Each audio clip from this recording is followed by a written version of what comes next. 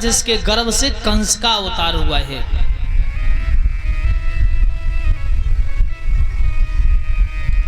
उधर भगवान कन्हैया का जो अवतार होना है वो सूरसेन बटेश्वर के राजा, उनके पुत्र वसुदेव जी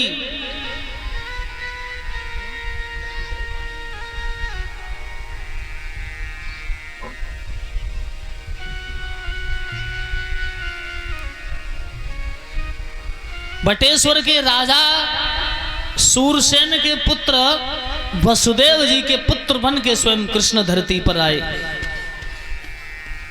भक्तजनों,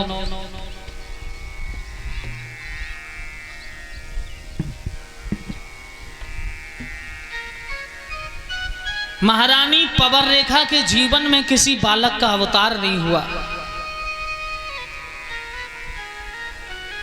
और एक बात और है कि कोई तन दुखी, कोई मन दुखी, कोई धन बिन रहे तो उदास, और थोड़े थोड़े सब दुखी सुखी राम के दास।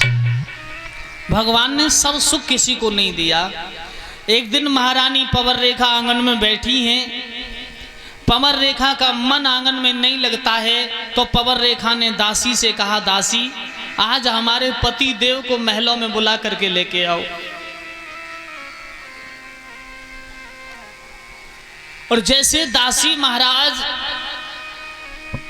उग्रसेन के दरबार में पहुंची, कहा महाराज आपको महारानी ने बुलाया है। महाराज उग्रसेन दरबार से जैसे महलों की ओर गए तो महारानी पवर रेखा आंगन में विचलित है। पूछा है महाराज उग्रसेन ने, प्रिया क्या दुख है, क्या तन में पीड़ा है, कोई कष्ट है? एकदम जवाब दिया, हाँ मेरा आंगन में मन नहीं लगता। तो महाराज उग्रसेन ने कहा, महारानी आपका आंगन में अगर मन नहीं लगता तो आप वन विहार के लिए चली जाओ। आज उसी समय संग की सहेलियों को साथ लेकर के महारानी ने रथ तैयार किया है और वन विहार को महारानी चलने के लिए तैयार हुई है। पर महारानी के लिए बुरे बुरे अपशगुन होने लगे हैं।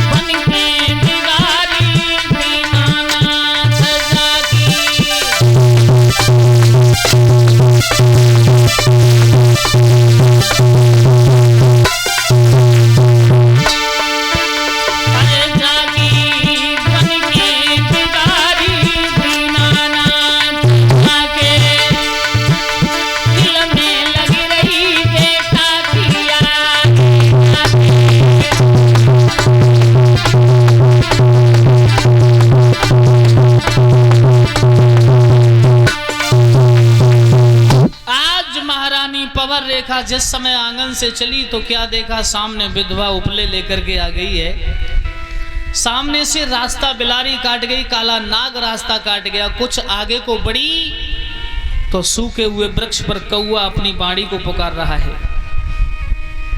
पवर रेखा समझ गई आज हमारे साथ में कुछ ना कुछ अपशगुन होने वाले हैं। और जिस समय बियावान जंगल में पवर रेखा पहुंची तो महारानी पवर रेखा संग की सहेलियों से रथ से कूद करके और वन की शोभा को देखने के लिए आगे बढ़ी है। ठंडी हवा चल रही है, भमरा पुष्पों पर किलोरे कर रहे हैं, पक्षी वृक्षों पर चेंचे आ रहे हैं, कोयल कू की आवाज कर रही है।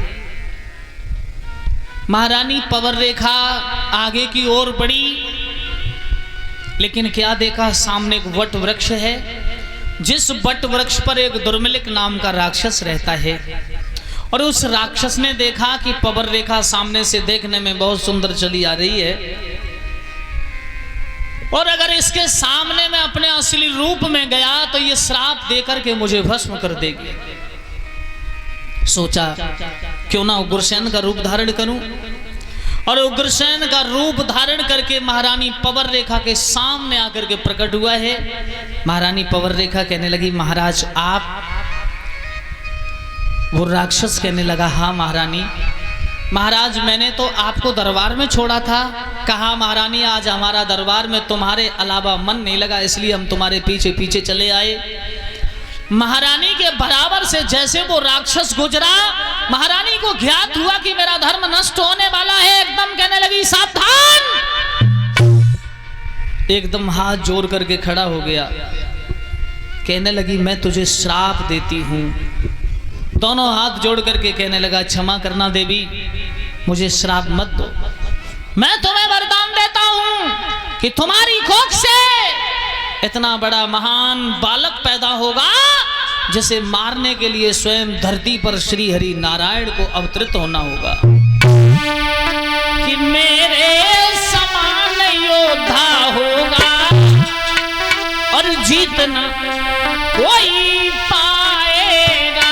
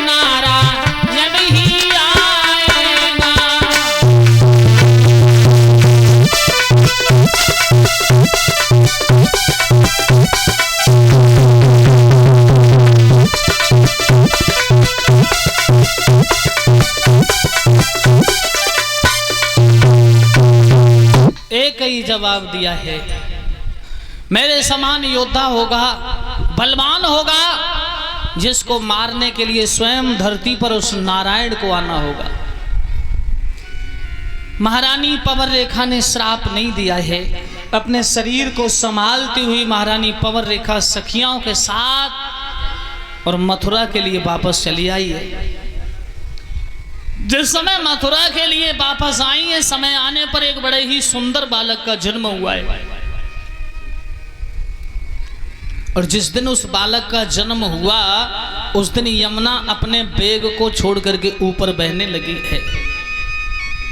देवता अपने स्थान को छोड़ करके कंदराओं में जाने लगे। क्यों? विद्वानों ने उस बालक का नाम कंस रखा है। जिस समय विद्वानों ने उसका नाम कंस रखा, कंस धीरे धीरे बड़ा होने लगा है, पाप करने लगा, अत्याचार वो कंस करने लगा है। कितना पाप करता है, कितना अत्याचार करता है वो कंस। 16 साल की उम्र जिस समय कंस की हुई, 16 पट्ठा उसके मित्र उसके साथ रहने लगे। क्या देखा, एक दिन नंदगांव बरसाने से कुछ गोपिकाएं दूध दही लेकर के भोजराज कंस के पिता उग्रसेन के दरबार की ओर जा रही थीं। 16 मित्र उसके साथ, जिनके हाथों में कान से ऊंची लाठियां हैं, लाठियां लेकर के खड़ा हो गया है। और जिस समय खड़ा हुआ, उन अबलाओं से कहने लगा, तुम कहां जा रही हो? वो अबलाएं कहती हैं, हम तुम्हारे पिताजी के दरबार में दूध दही देने जा रही हैं। वारे वाह। कंस कहने लगा, तुम्हारा विवाह कहाँ हुआ है? एक लड़की कहने लगी, भैया हमारा विवाह वृंदावन में हुआ है। कंस कहने लगा, तुम्हारा विवाह वृंदावन में हुआ? क्या मथुरा के लड़के मर गए थे जो तुम्हारे पिताओं ने तुम्हारा विवाह वृंदावन नंदगांव में किया?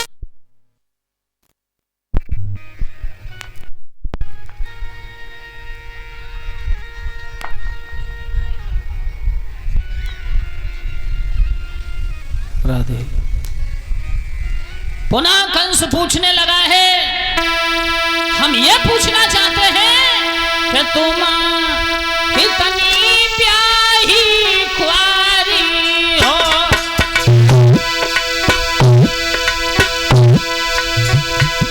कहाँ को जाई रही अवतारी हो।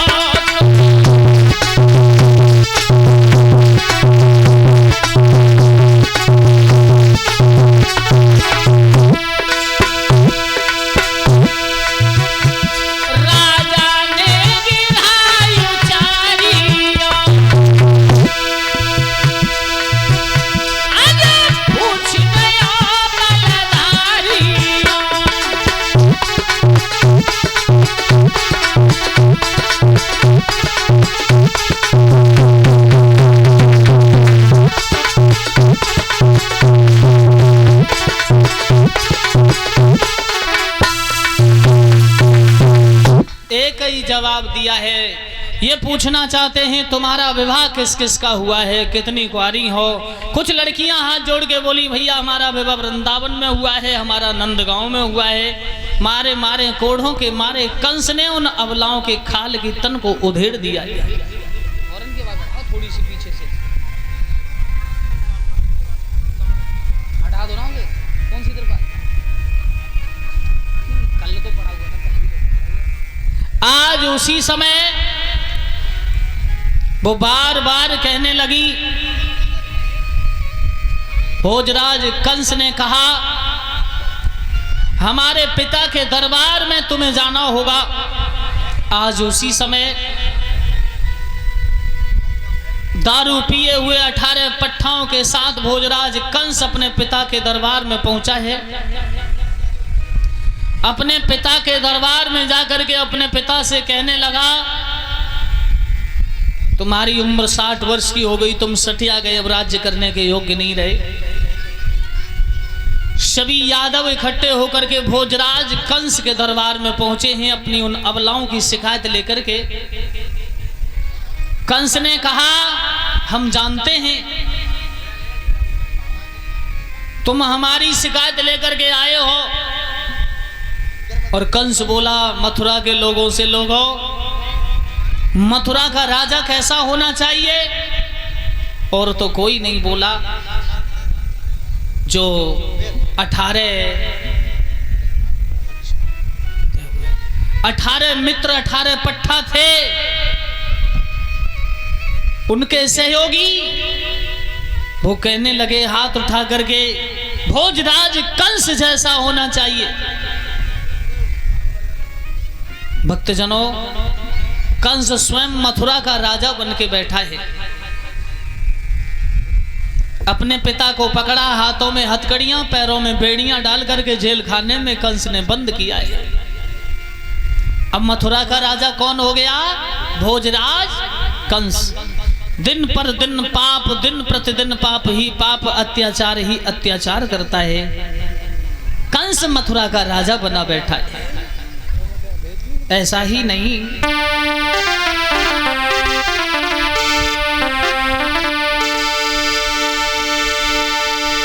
उम्र तेरी धोखा में बीत गई, नहीं लियो हरि को नाम।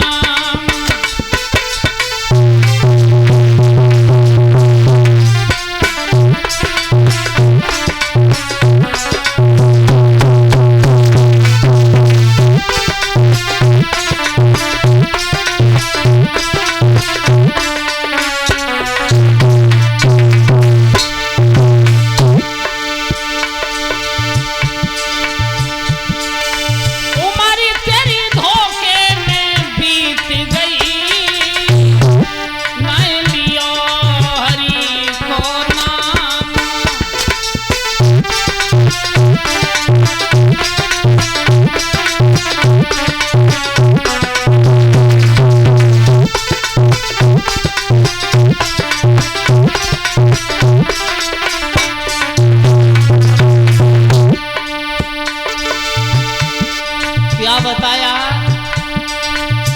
बालापन हंसे खेल गवायो,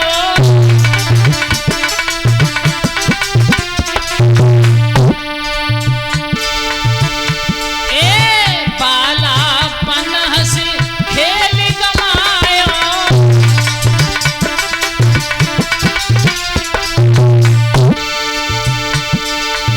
जवानी गई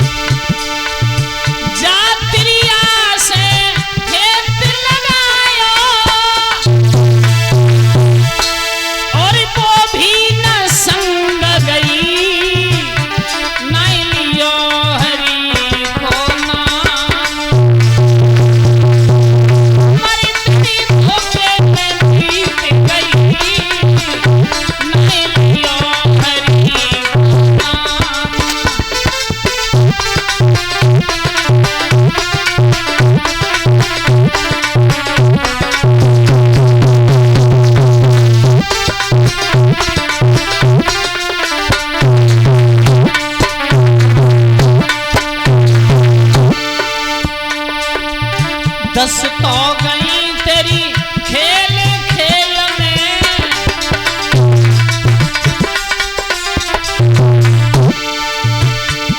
अरे दस तो गई तेरी खेल खेल में,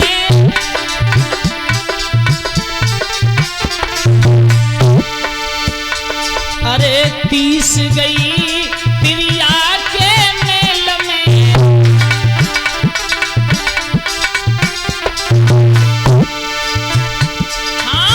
दस तो गई तेरी खेल खेल में, 30 गई तेरी पढ़त मेल में, 40 गई प्रिया के मेल में, आहारे अब 55 बीत गई, नहीं लियो हरि को नाम।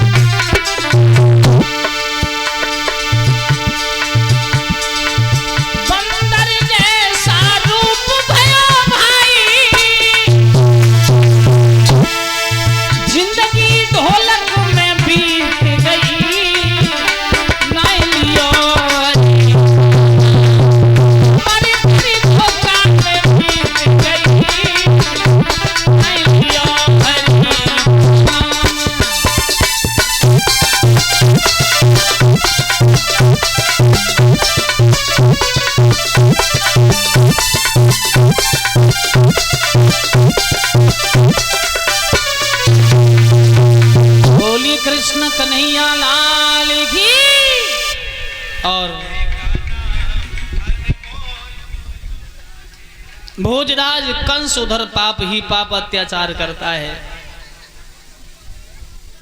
बोलो।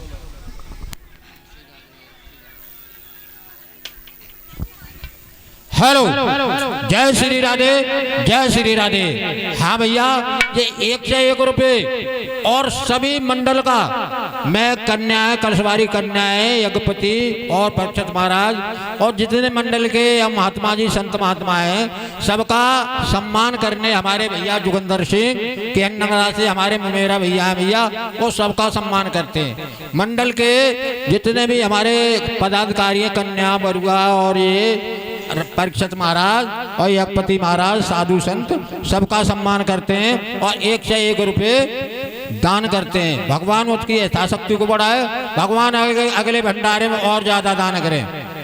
और ये 100 रुपये ज्वाली सिंह जो परीक्षित महाराज हैं वो दान कर रहे हैं। 51 रुपये अमर सिंह।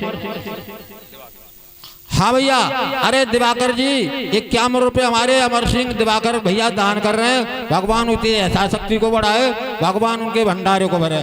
ये 20 रुपये हमारे प्रकाश भैया जो दादों में हमारे महत्वपूर्ण नंगा बाबा हैं बूढ़ पे, उनके महान सेवादार हैं। प्रकाश भैया हमारे बूढ़ पे जो नंगा बाबा हैं उनके महान सेवादार हैं। और जो कोई इच्छुक हो, वहाँ नंगा बाबा पे काम चल रहा है और जो सेवा करने का जो इच्छुक हो तो वहाँ सेवा कर सकता है, सीमेंट से, ईंट से, बदरू से, बालू से।